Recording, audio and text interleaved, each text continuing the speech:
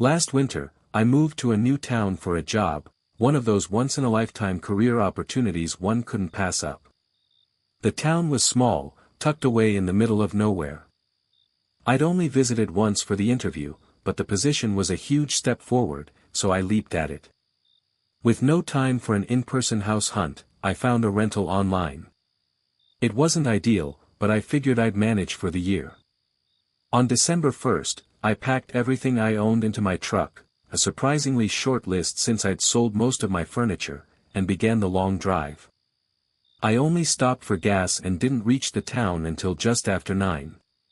It was dark by then, and I wasn't prepared for how eerie the place looked at night. The streets were dimly lit, with most businesses closed and their signs unlit. The few streetlights that worked cast flickering shadows. The silence was unsettling, not a single car passed me as I drove through. It felt like I'd stumbled into a ghost town. 5 minutes later, I pulled into the neighborhood. The houses were small and lined up in neat rows, nearly identical. My rental stood near the end of the block. It was modest, with peeling paint and overgrown shrubs. I parked, grabbed my air mattress, and stepped inside, hoping the unease I felt would fade once I settled in. The house was exactly as the photos had shown, old, creaky, and musty. The floorboards groaned beneath my boots as I explored the simple layout, just a kitchen, a living room, and 2 bedrooms connected by a narrow hallway. It was bare bones, but for now, it was home. I dropped my air mattress in the master bedroom, turned on the pump, and sat cross-legged on the floor, exhausted from the drive. That's when I heard it, a soft creak from somewhere in the living room. It was distinct, the kind of sound only a floorboard makes when weight shifts on it. I froze, listening. My first thought was that it might be an animal, a raccoon or stray cat that had found its way in while the house was vacant. Grabbing my phone for light, I crept down the hall. The living room was just as empty as I'd left it. I shined the dim glow of my screen into the corners, but there was nothing there. Shaking my head, I chalked it up to nerves or maybe the house settling. I returned to the bedroom, laid out my blanket, and collapsed onto the air mattress. Sleep came quickly, but not deeply. I woke sometime in the night, jolted awake by something I couldn't immediately identify. The room was pitch black, so dark that I momentarily thought my eyes were still closed. Then I heard it, another creak. It was faint but deliberate, the sound of someone, or something, testing their weight on the floorboards. My heart raced as I stared into the void. I couldn't see anything, but I felt something. Another creak, this time closer. Panic set in as my mind scrambled for explanations. Was I imagining it? Was I still dreaming? Before I could convince myself it was nothing, for quick creaks shattered the silence, each one closer, each one more deliberate. And then I saw it. A vague shape, barely perceptible in the dark, shifted at the foot of the bed. My breath caught as the shape began to move, slowly, silently, toward the bedroom door. Then, in a sudden motion, the door swung open, spilling pale moonlight from the hallway into the room. For a brief, heart-stopping moment, I saw him, a man, perhaps in his 40s, dressed in worn clothes and heavy boots. His face was a blur, but his presence was undeniable. He moved quickly into the hallway, and I heard his boots pounding against the floor as he sprinted toward the front door. I fumbled for the lamp, my shaking hands finally finding the switch. The light flooded the room, but it did nothing to dispel the terror gripping me. When I reached the hallway, the front door was wide open, and the cold December air poured in. He was gone. I grabbed my phone and keys, running to my truck as I dialed the police. The operator's calm voice did little to steady my nerves as I recounted what had happened. When the officers arrived, I explained everything I could remember, the creaks, the man, the way he'd been standing in the darkness, just watching. Their theory was that someone had been squatting in the house while it was unoccupied. But their explanation left a gaping question unanswered. If he was just looking for shelter, why was he creeping toward my bed in the dead of night? The landlord was sympathetic enough to let me break the lease. I moved into a different place across town within days. But even now, months later, I can't shake the image of that shadowy figure standing at the edge of the bed. And I can't stop wondering what would have happened if I hadn't woken up.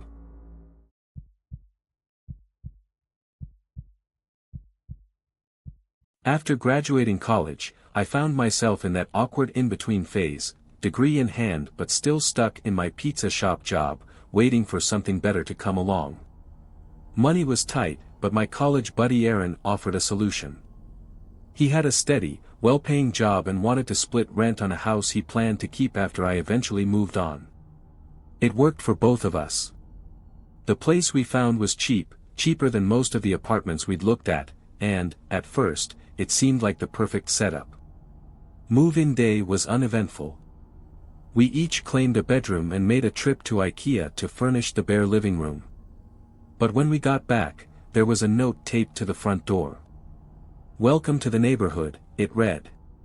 No signature, no smiley face, just those 4 words scrawled in uneven handwriting. It wasn't exactly neighborly. If anything, it felt more like a warning. Aaron laughed it off, saying it was probably just someone's idea of a joke. I wasn't so sure, but I let it go. The first few days passed quietly. We unpacked, adjusted to the new space, and got ready to return to our routines. Aaron's job had regular hours, but my late shifts at the pizza shop meant I often came home well after dark. One night, just as I pulled into the driveway, I noticed a woman standing near the house. She wasn't doing anything, just staring at one of the front windows. The way she stood there, motionless and fixated, sent a chill through me. By the time I parked and stepped out of the car to confront her, she was gone. When I told Aaron about it later, he shrugged it off. "Probably some nosy neighbor checking us out," he said. We both laughed about it, but the unease lingered. Over the next week, life settled into a rhythm. The house started to feel like home, and the strange note and the woman outside became distant memories. Then, one night, everything changed. I got off work at 10 o'clock and headed home. As I drove, a strange gut feeling crept over me. It wasn't anything I could pinpoint, just a sense that something was wrong. When I pulled up to the house, my stomach dropped. The front door was wide open, and the house was completely dark. Aaron was supposed to be home, but there was no sign of him.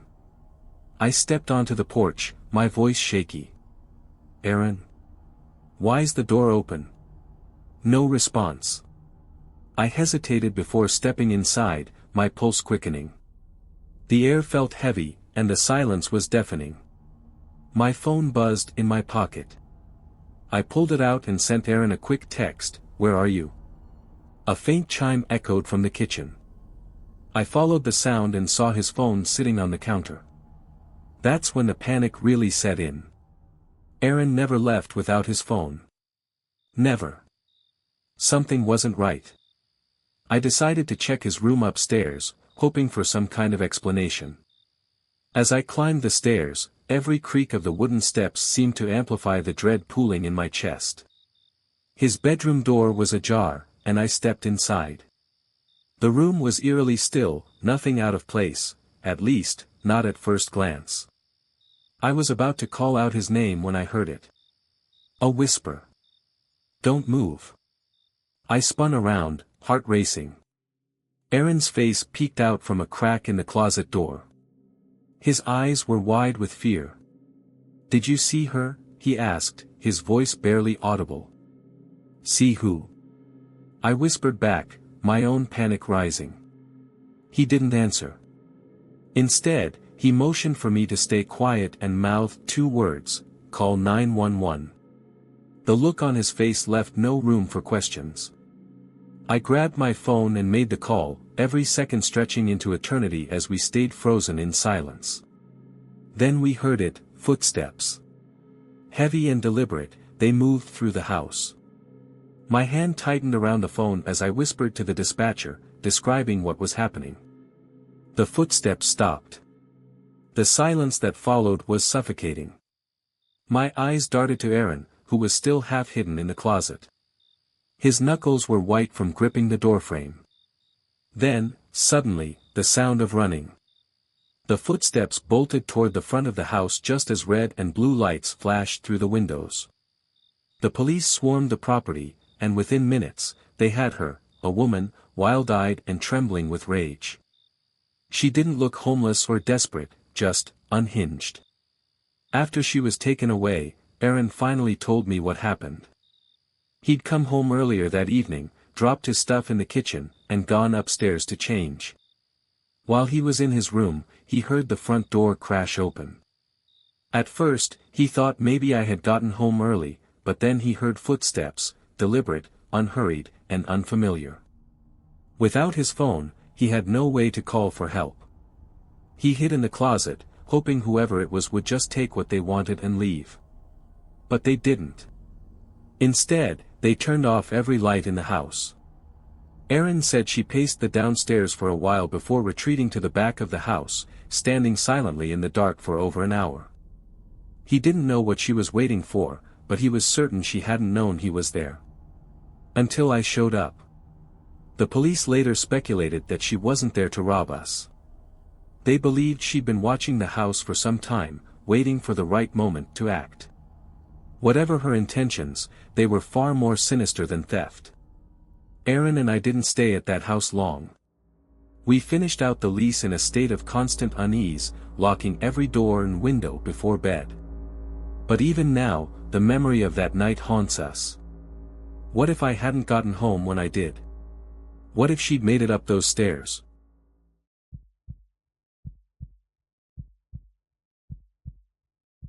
The winter of my 16th year was the coldest I can remember. Snow had blanketed our small town of hollow pines, turning its streets and rooftops into a white, muffled world. The town, nestled in the middle of nowhere, was used to rough winters, but this storm was something else. Schools were closed, roads were impassable, and the air felt sharp enough to slice. It was the kind of cold that crept into your bones and stayed there, no matter how many layers you wore. That snow day, I was at my best friend Marcus's house. His place was a cozy 2-story cabin on the edge of town, just a short walk from the woods. Marcus's mom worked at the local diner, and his dad had been out of the picture for years. We spent most of the day playing video games and raiding the pantry. It was one of those rare, carefree afternoons that felt like nothing could go wrong. The blizzard grew worse as the day stretched into evening. The wind howled like a living thing, rattling the windows. We joked about being snowed in but kept an eye on the flickering lights, aware that a power outage was almost inevitable. Around 6, Marcus's mom called to say she'd be working late. "Don't open the door for anyone," she warned before hanging up.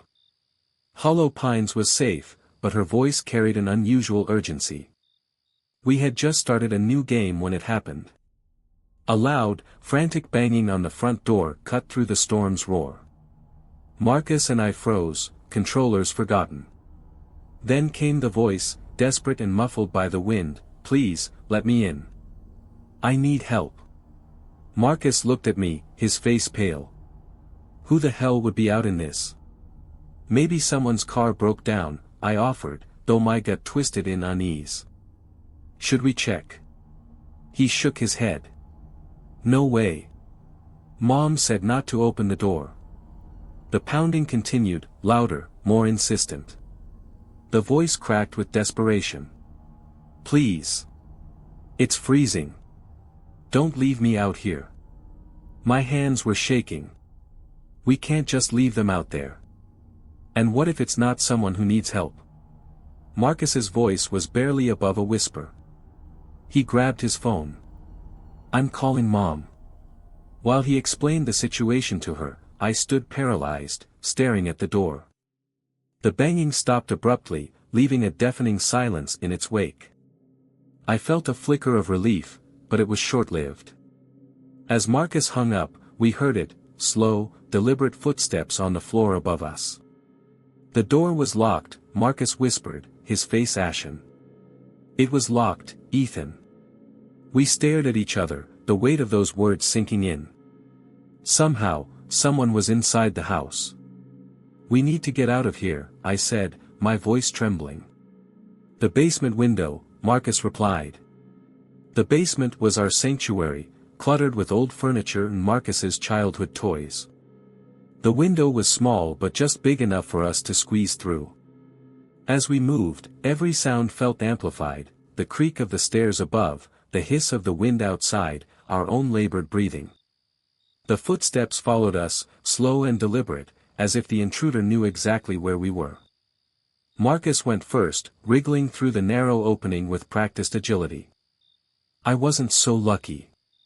As I pulled myself up, my jacket caught on a jagged edge.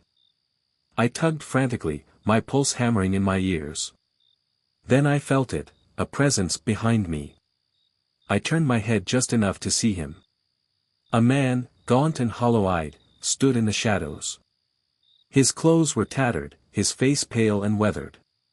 But it was his grin that stopped my heart, wide, twisted, and utterly devoid of humanity. He didn't move, didn't speak. He just watched me with an intensity that made my skin crawl. "Ethan, come on." Marcus's voice snapped me back. With a final wrench, I freed myself and tumbled into the snow. We bolted toward the driveway, the cold biting into our skin. The wind whipped around us, obscuring our surroundings in a flurry of white. Just as we reached the driveway, Marcus's mom pulled in, her headlights cutting through the storm.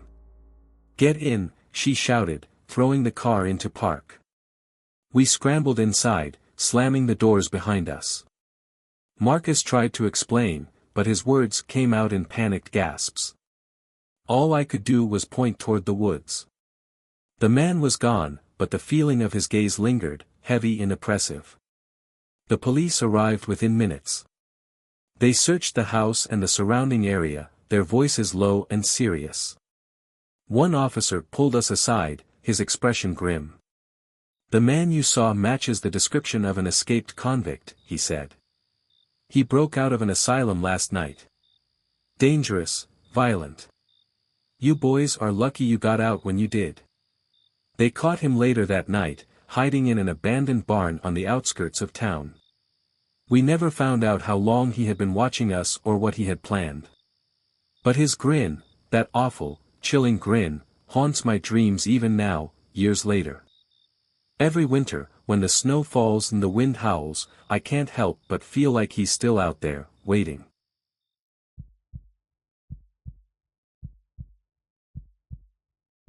The winter of 2010 was one of the coldest I could remember. Snow dusted the streets in patches outside the window, and the air carried a sharp bite as it slipped through the cracks in the window frame. Our home was a modest two-story house in a sleepy suburban neighborhood, nothing special, but it was always warm and cozy on the inside, especially during the colder months. That evening, it was just Ethan and me.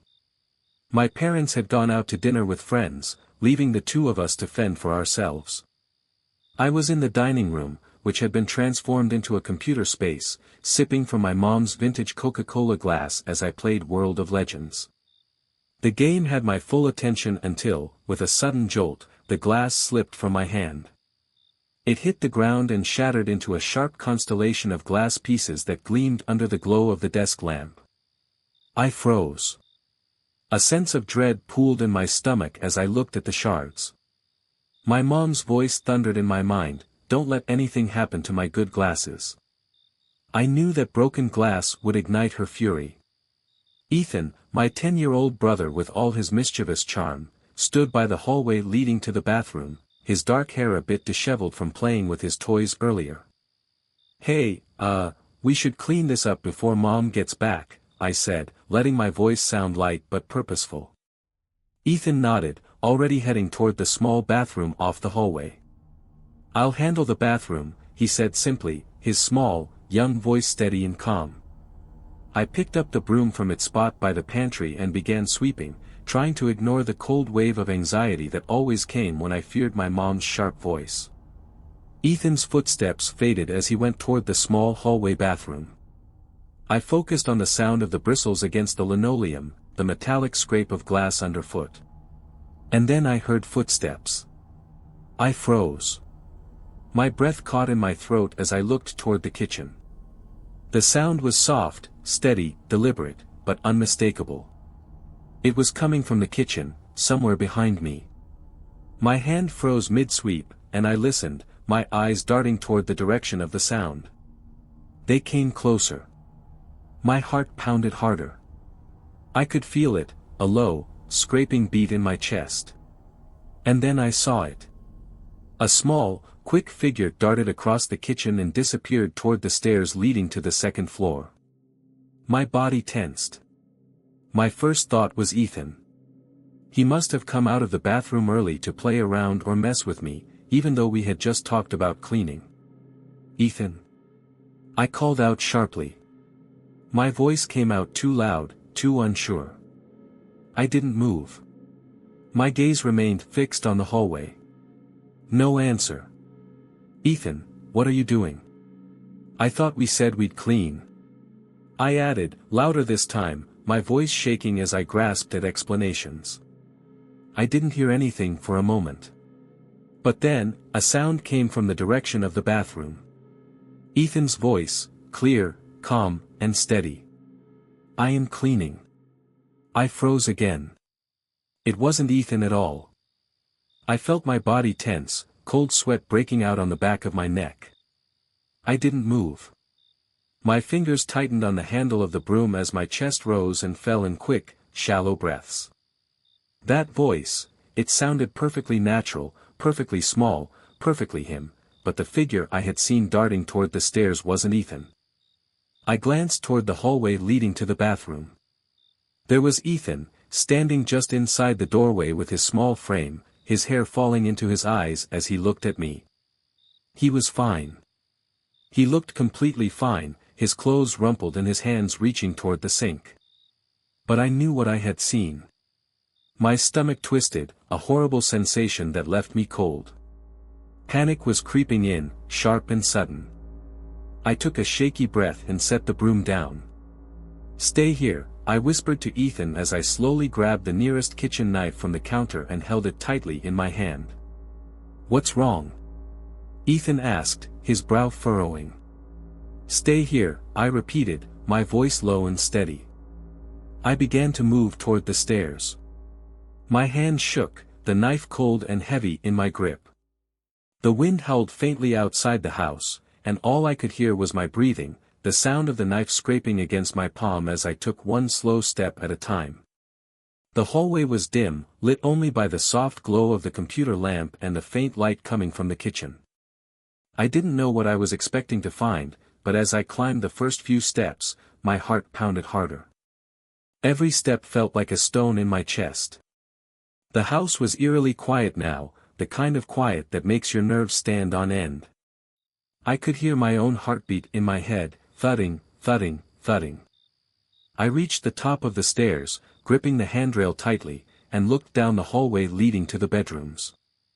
Every door was closed. Every corner was shadowed. But I could feel it. Something was there, waiting, something that didn't belong. Hey! I called out, my voice wavering, unsure. No response. I hesitated. My hand trembled on the knife.